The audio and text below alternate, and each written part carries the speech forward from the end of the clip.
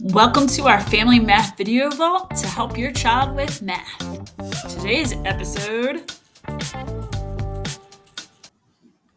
this is subtracting mixed numbers with regrouping. Here I have 4 1/8 minus 2 3/4. I notice my denominators are not the same, so I need to, just like adding and subtracting fractions and adding mixed numbers, I'm going to make my t-chart to find a common denominator where they'll both be the same. So I have my denominators 8 and 4, and I'm going to list the multiples. 8 times 1 is 8, 8 times 2 is 16, 8 times 3 is 24, 8 times 4 is 32, and 8 times 5 is 40.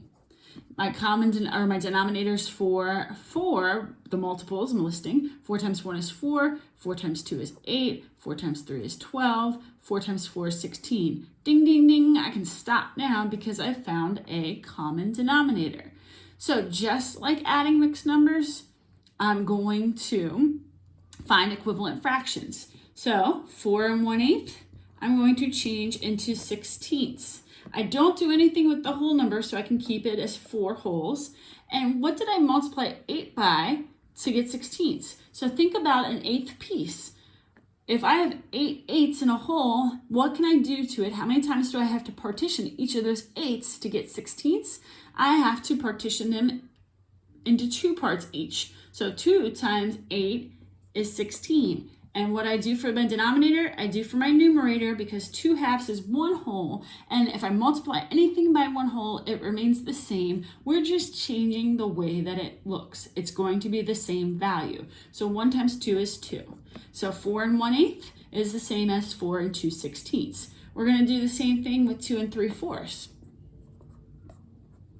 So here we have 2 3/4. I need to change it into 16ths. I don't do anything with my whole number, so that can remain the same.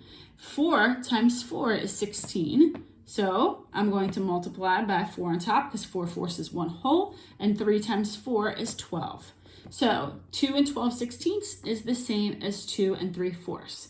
Now we've accomplished, and I'm going to erase some of this so that way we can see. We've accomplished our goal of getting the same denominators.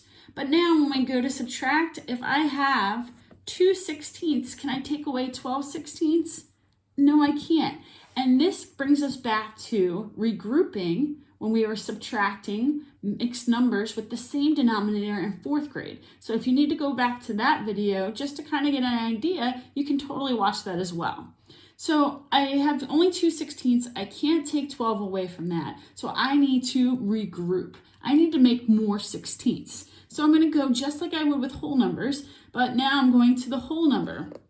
And I'm going to take 1 whole away. And when I take 1 whole away, I'm going to have 3 remaining. And if I think to myself, okay, if I have a whole and I cut it into 16 parts, that whole is going to be 16/16. So I'm going to add a whole 16/16 to the 2/16 that I already have. And that gives me 18/16. So now I have 18/16. Can I take away 12? Sure can. 18 minus 12 is 6. Denominator stays the same as 16ths. And 3 minus 2 is 1 whole. So this is my difference, 1 6/16, when I subtract 4 1/8 minus 2 3/4. And that's subtracting numbers with regrouping.